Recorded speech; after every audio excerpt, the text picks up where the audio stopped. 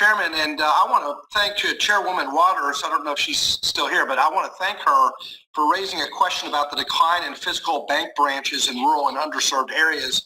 That may be why the majority attached to this hearing a bill requiring a study on de novo bank formation. I think we can all agree that reversing the trend in lackluster de novo formation is a worthy policy goal and could address the decline in rural bank branches, as Chair McWilliams knows very, very well. But we can do better than a study.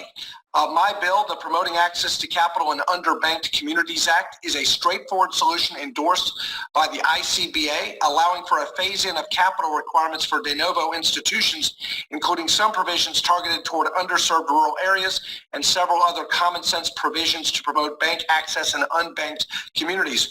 Rather than simply study the issue, let's do something about it. I will put my request to Chairwoman Waters formally in a letter, but I would encourage the majority, everyone on this Zoom call in the Congress, to consider my bill at the next markup. There's no reason why this shouldn't be a bipartisan effort. Now, my first question is to Vice Chair Quarles. As you and I have discussed, vocal advocates on the left and some members of this committee continue to push the Fed to inject climate scenarios into stress tests and capital requirements. Earlier this month, the Center for American Progress suggested that regulators could address climate change by risk-weighting carbon-intensive assets and capital requirements. Proponents suggest that regulators should use bank capital requirements to make the financial system more resilient and force the transition away from fossil energy. The problem is that will do nothing to change the demand side of the equation.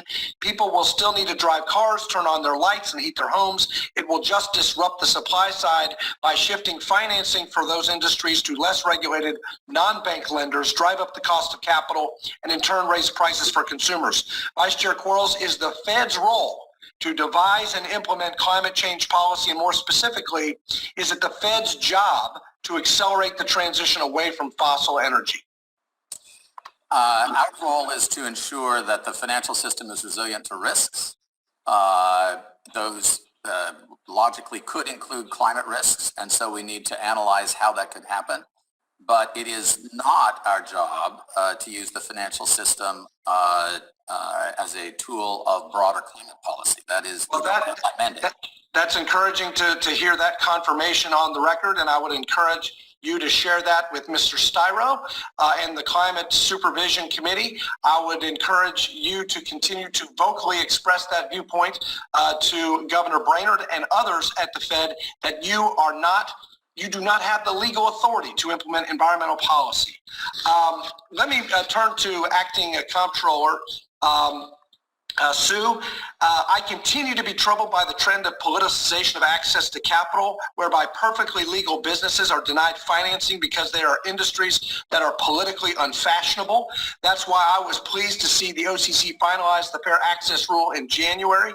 Acting Comptroller Sue, given that the OCC announced that it will not enforce the Fair Access Rule, how do you intend to prevent national banks from discrimination and redlining? How do you intend to ensure that regulated entities extend financing on a fair and equitable basis without regard to political or public relations pressure?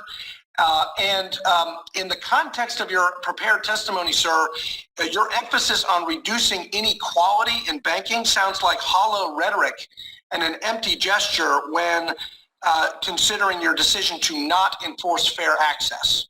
Can you comment on that? And the inconsistency of that testimony with your decision and the OCC's decision to not move forward and implement fair access? Sure. So maybe I'll start with reducing inequality. So that the components of reducing inequality really focus first and foremost on the Community Reinvestment Act. So I'm not going to take up time with that. Yeah, but I hear you, but you know what I'm talking about. It's a philosophically inconsistent position to say that you're for equality in banking when you will not enforce a fair access rule and you will not prevent discrimination against whole categories of customers because of their politically incorrect status. It's intellectually inconsistent. I guess I would disagree with that. I can tell.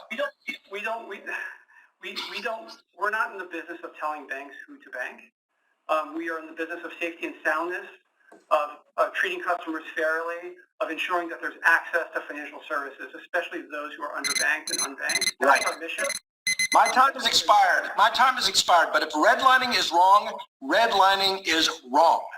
End of story. I yield back.